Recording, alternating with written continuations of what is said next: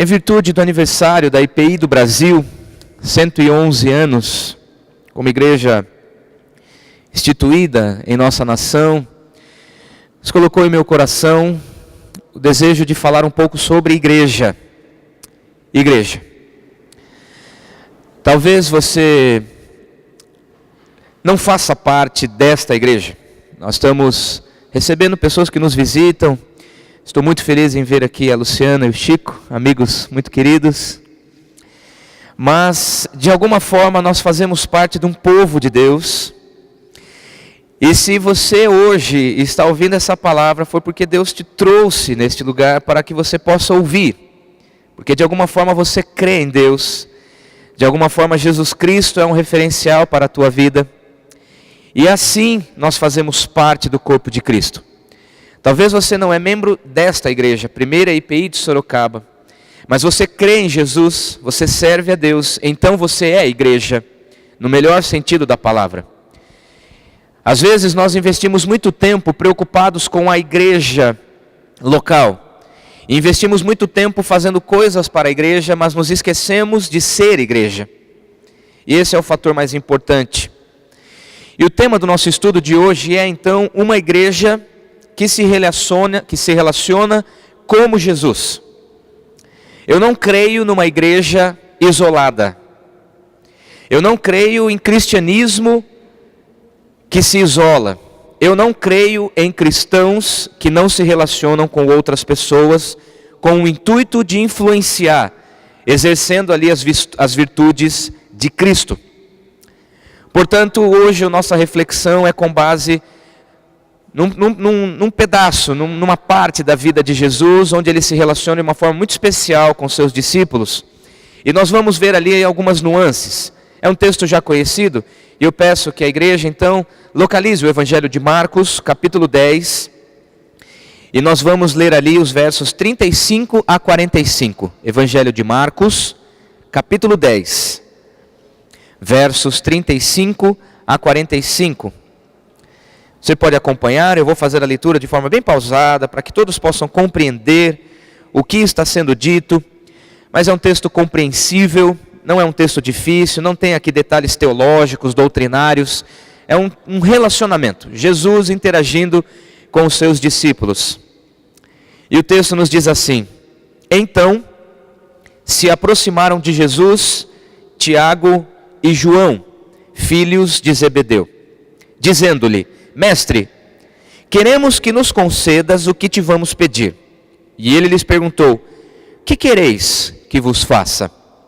Responderam-lhe: Permite-nos que na tua glória nos assentemos um à tua direita e o outro à tua esquerda. Mas Jesus lhe disse: Não sabeis o que pedis. Podeis vós beber o cálice que eu bebo ou receber o batismo com que eu sou batizado? Disseram-lhe: Podemos.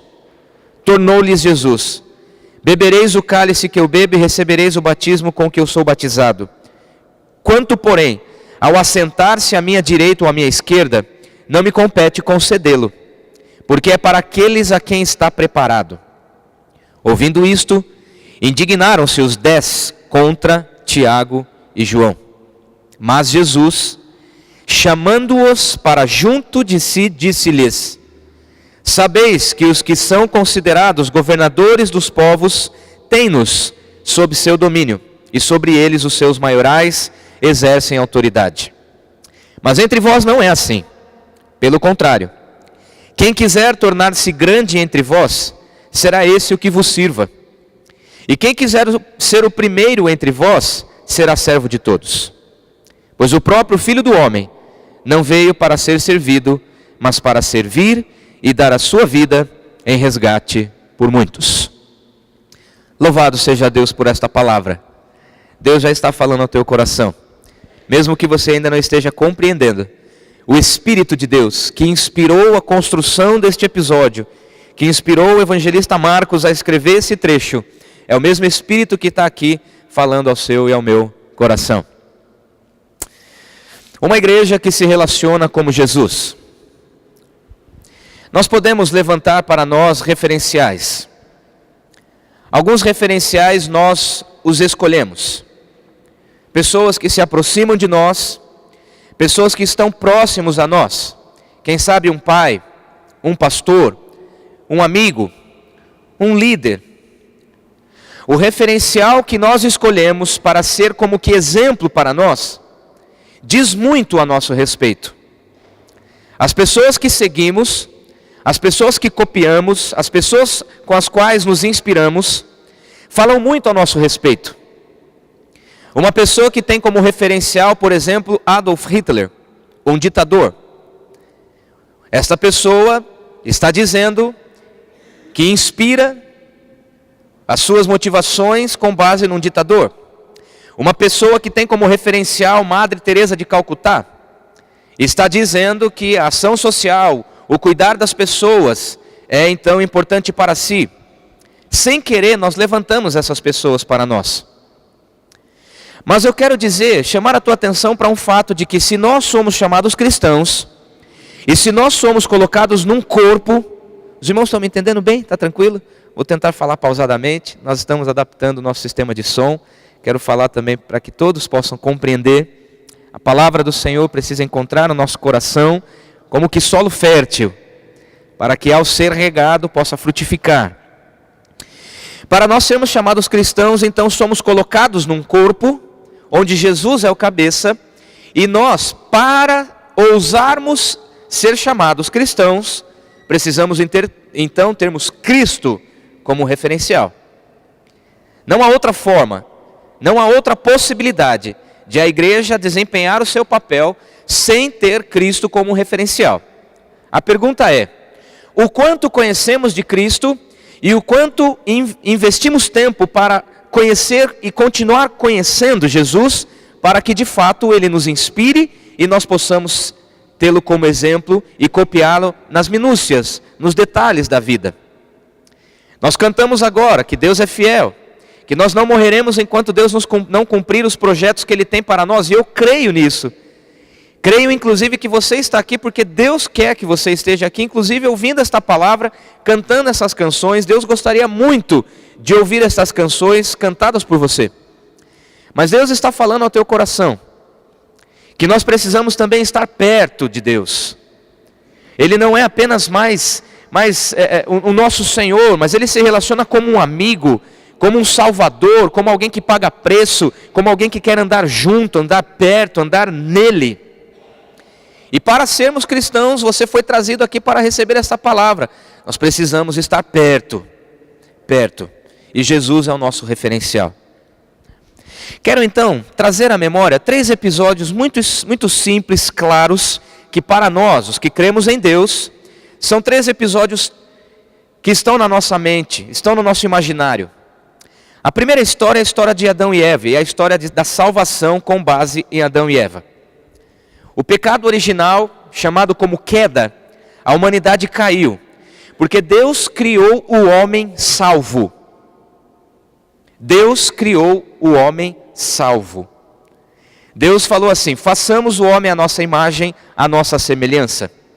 E o homem passou a ter domínio sobre todas as coisas. Deus o criou para a salvação, portanto Deus o criou para a vida. Deus me criou e Deus te criou para termos vida. Contudo, na queda, no pecado original, o homem se distanciou de Deus e passou a trilhar um caminho de morte. A única possibilidade de fazermos o caminho de volta é a cruz de Cristo. Mas antes de falarmos da cruz de Cristo, eu quero explorar um pouquinho este episódio de Adão e Eva. Sem Cristo, Adão e Eva não tiveram condições de permanecer num projeto de vida. Sem Cristo, Adão e Eva não tiveram condições de permanecerem no projeto de Deus.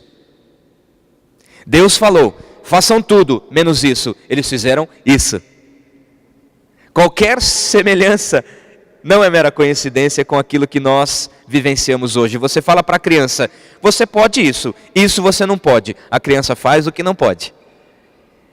E a criança pequena ainda faz para testar os pais, para provar, para ver se os pais estão atentos, para ver se os pais vão ter coragem. E aí a criança chora, algumas deitam no chão, mas eu quero aquilo que não pode. Parece que nós temos um prazer inato, algo que nasce conosco, um prazer por aquilo que não pode. Nós somos meio avessos a regras, a padrões, e aí buscamos os meios, buscamos uma forma de transgredir. Enfim, através de Adão e Eva, a Bíblia nos conta que a terra foi povoada, Caim matou Abel, mas houve também um irmão chamado Sete.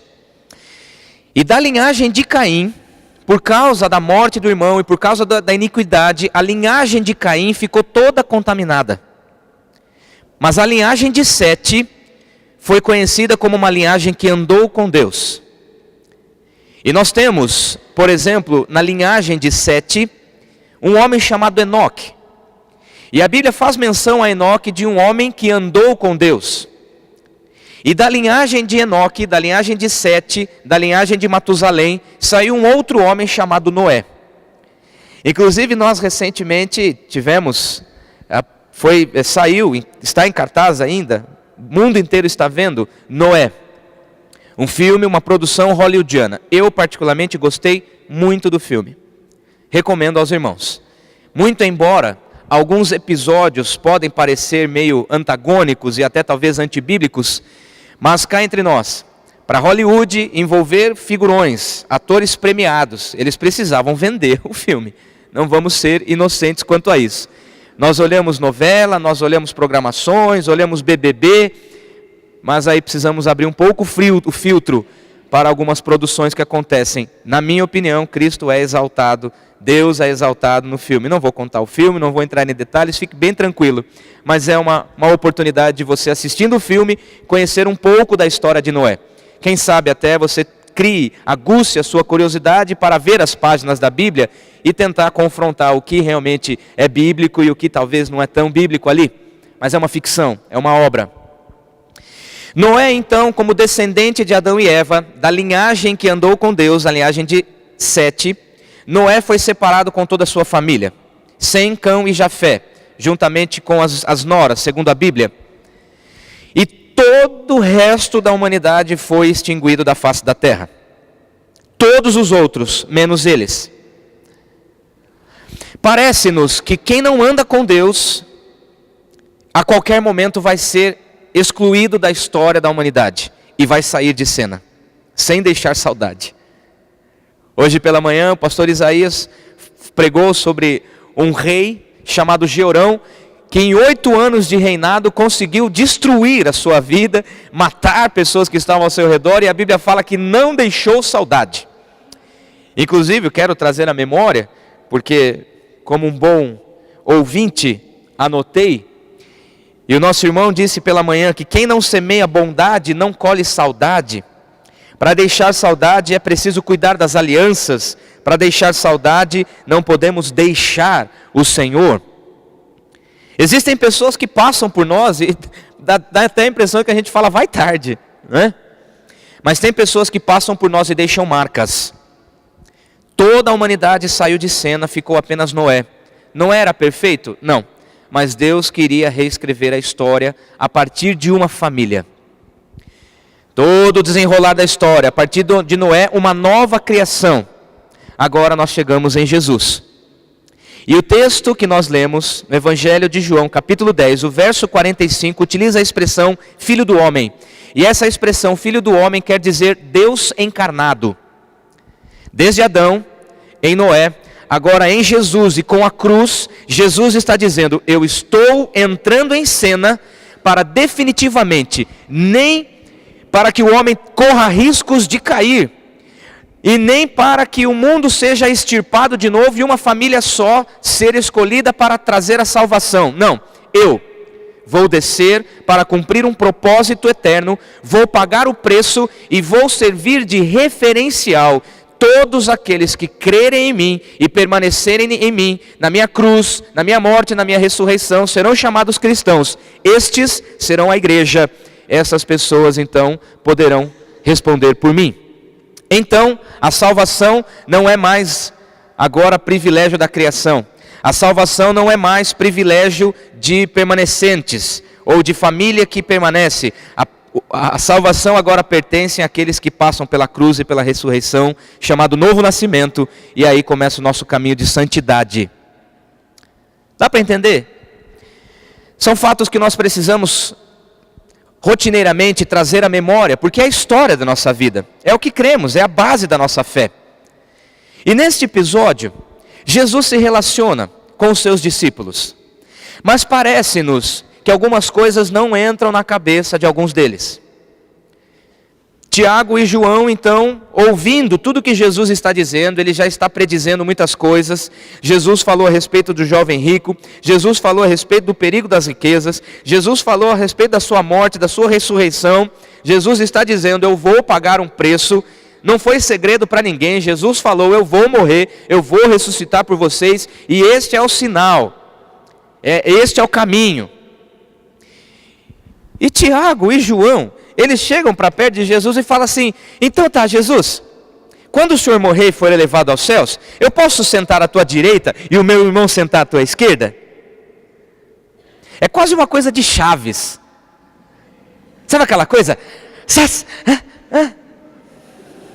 Uma à direita, outra à esquerda. Parece piada o que esses caras estão perguntando para Jesus. É brincadeira, só pode ser, não é possível.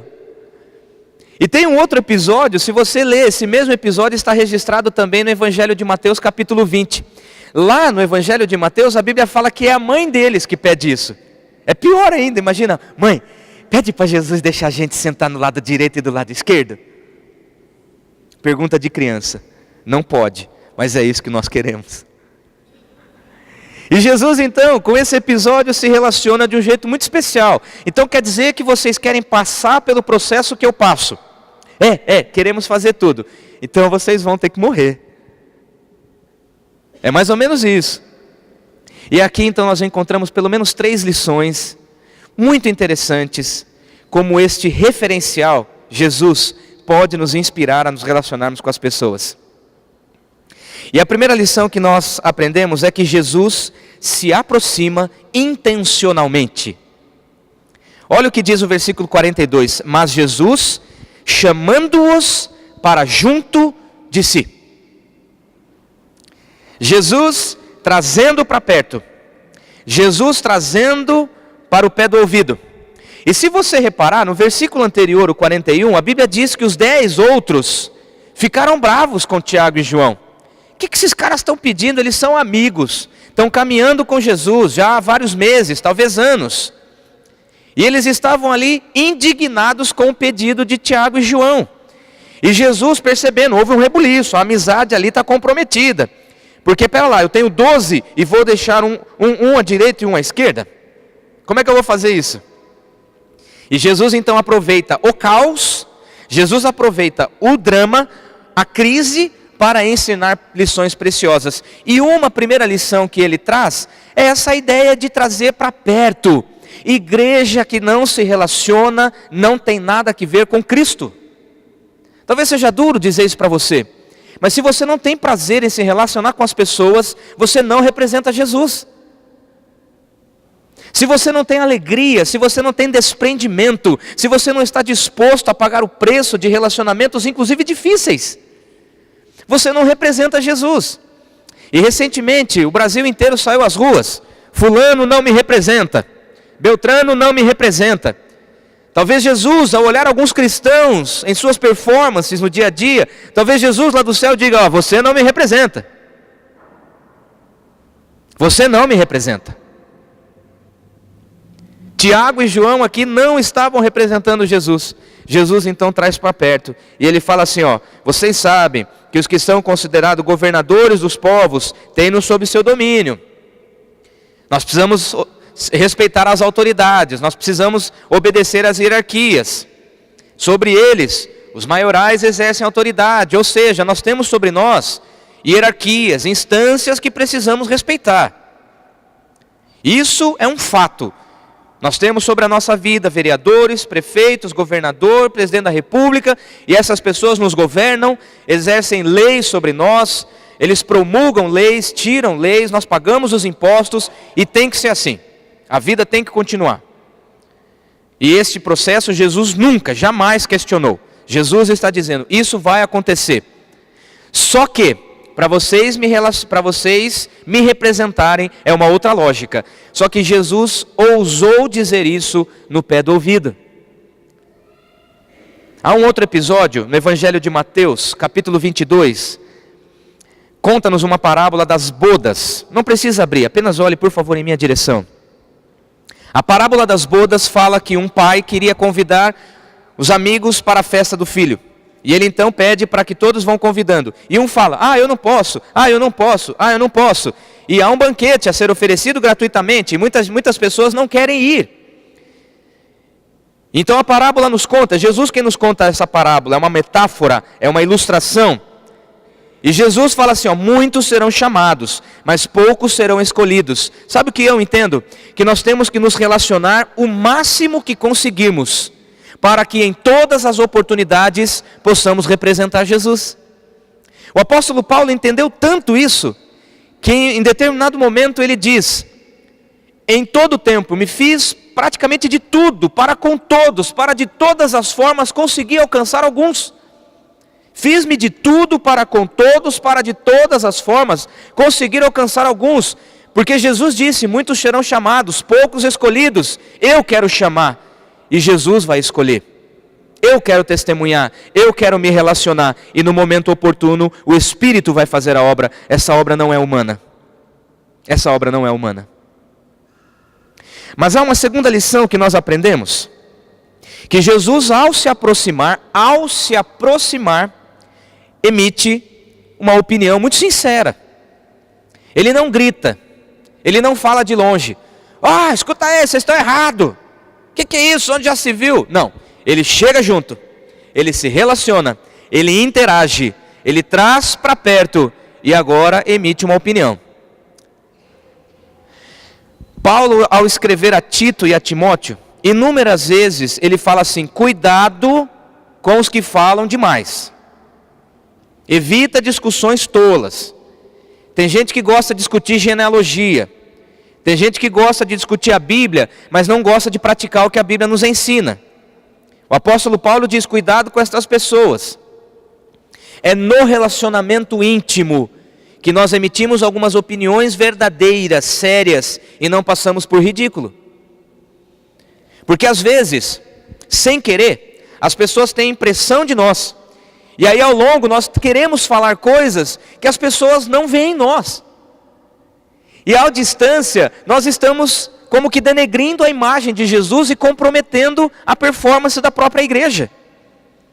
Nós queremos fazer descer goela abaixo convicções, doutrinas, pensamentos, como se pelo muito repetir e pelo falar alto, pelo bater na mesa, nós vamos convencer as pessoas, mas isso não acontece. Hoje, muito mais do que nunca, com todos os recursos de tecnologia e redes sociais e relacionamentos, você conversa na semana com pelo menos, se você tem Facebook, se você tem e-mail, se você tem Twitter, você conversa, não quero exagerar, mas por semana você interage com pelo menos 100 pessoas. Interage. Interagir é diferente de se relacionar. Jesus não está mandando um post, Jesus não está mandando um texto para Pedro e João, Jesus está falando, vem cá, eu vou contar umas coisas para vocês. E aí então ele passa a dizer o que corre. No versículo 43, entre vós não é assim. Entre vós não é assim.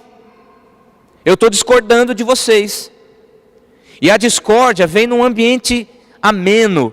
A discórdia surge num ambiente de graça, num ambiente de amor. A opinião de Jesus, mesmo contrária ao que eles vinham pedindo, está sendo emitida num ambiente intimista, num relacionamento de amizade, algo gostoso, algo sóbrio. Quem sabe numa refeição, quem sabe tomando um bom vinho, quem sabe tomando uma água, quem sabe falando da vida, quem sabe torcendo junto, quem sabe brincando, quem sabe rindo. Mas Jesus está ali conversando com Pedro e Tiago dizendo, queridos, não é assim com vocês. Se vocês querem me representar, eu tenho uma outra lógica. E a lógica que Jesus traz é justamente os versos 43 e 44. Quem quiser tornar-se grande entre vós será esse o que vos sirva. Quem quiser ser o primeiro entre vós será servo de todos. Quem quer ser o primeiro da fila vai ser punido e vai ser o último da fila. Essa coisa de ser espertalhão, essa coisa de querer ter o domínio da situação e gozar de privilégios, isso não é cristianismo. Há um livro, eu até talvez tenha passado aí, Bi, se puder voltar. Um teólogo alemão, mártir, foi morto no ano de 1945, chamado Dietrich Bonhoeffer. Um dos homens mais lidos no mundo inteiro. Ele foi morto pelo nazismo, porque ele falava muito sobre liberdade.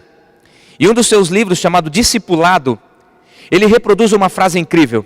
Ele diz: Cristo somente é Cristo, sofredor e rejeitado. Assim o discípulo somente é discípulo quando sofredor e rejeitado, crucificado com Cristo. Então por que queremos privilégios? Então por que queremos ser o primeiro? Por que queremos sentar um à direita e o outro à esquerda? Por que queremos ter tudo a nosso dispor? Por que queremos que as coisas aconteçam do nosso jeito? Quando alguém nos contraria, quando alguém nos dá uma bronca, quando alguém nos dá uma varada, quando alguém fala algo que nós não gostamos, nós fechamos o filtro com a pessoa. É o contrário. Quando somos reprovados, quando somos questionados, quando somos colocados em xeque, é nessa oportunidade que Deus está falando: eu tenho coisas para te dizer.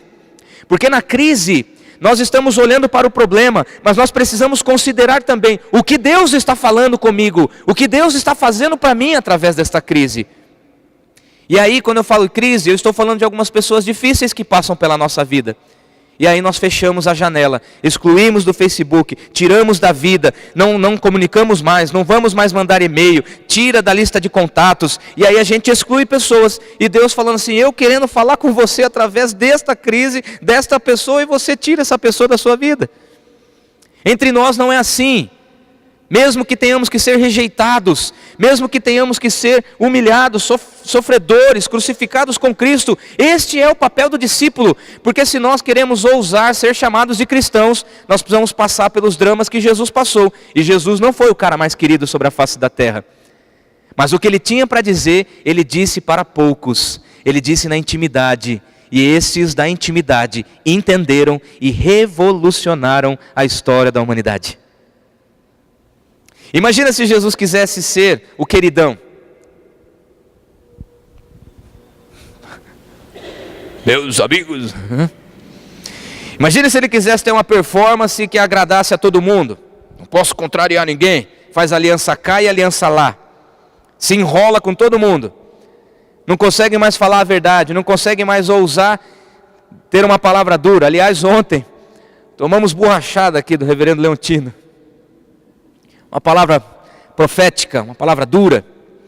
Mas eu concordo com o pastor quando ele fala que às vezes nós, enquanto igreja, somos mentirosos, falsos, porque fazemos aqui no domingo o que não fazemos durante a semana.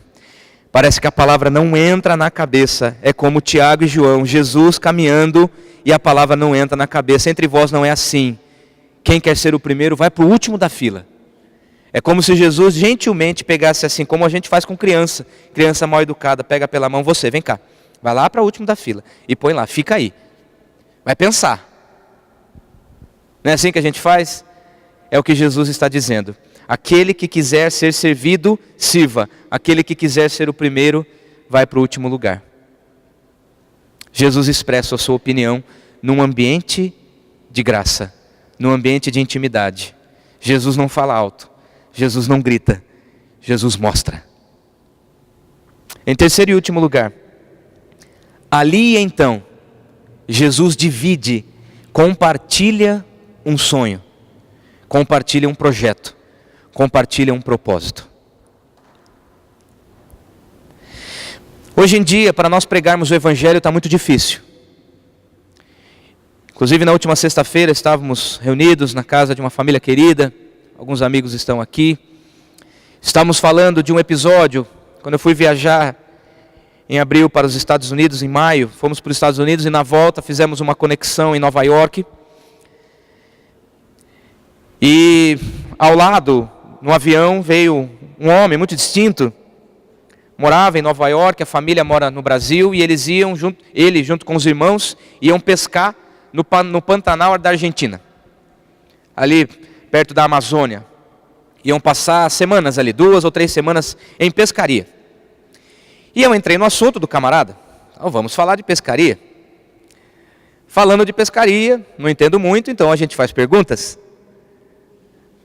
Se o Gamaliel estivesse ali, talvez ele trocaria afinidades com o cidadão, tamanho da isca, tamanho do anzol, a qualidade, né, o tipo, para pegar tal peixe, a rede, a tarrafa, nem sei se usa mais essas coisas. Mas aí veio a pergunta fatídica: e você, mexe com o quê? A minha vontade era falar assim: eu mexo com ovelhas, né? Talvez ele criasse um ambiente ali para conversar um pouco, perguntar algumas coisas. Mas eu falei: eu sou pastor. Ah, esse homem dormiu a viagem inteira. Ele dormiu profundo, dormiu gostoso. Uma refeição, inclusive uma das refeições que como é que é o nome? Aeromoça, né? De bordo, como é que é? Comissários de bordo, me fugiu. Vocês que viajam direto, aí vocês sabem. Os comissários de bordo vieram então fazer o serviço ali da refeição. E teve uma das refeições que ele nem viu. Estava dormindo o cidadão. Eu não sei, possivelmente ele tenha pressupostos. Ladrão, enriquece as custas da velhinha, né? Está lá construindo templos de Salomão. Está lá um espertalhão, ou então vai querer me converter na viagem, não tenho para onde fugir, a poltrona toma do lado da outra. Eu não sei o que ele pensou, só sei que ele dormiu. Na dúvida dorme, né? Na dúvida dorme.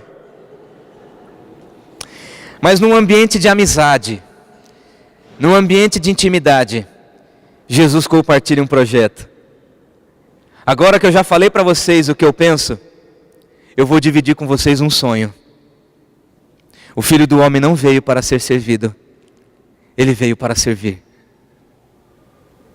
Agora que vocês já sabem que entre vocês não é assim, agora que vocês já sabem que ninguém vai sentar à direita e à esquerda, porque isso cabe a Deus decidir, o que nós temos que fazer, queridos? Talvez nesta hora Jesus pegou no braço de Tiago e João, olhou para os olhos de Tomé, dos outros que estavam ali, e começou a dizer: eu não vim para ser servido, vocês também não vão ser servidos, vocês vão servir.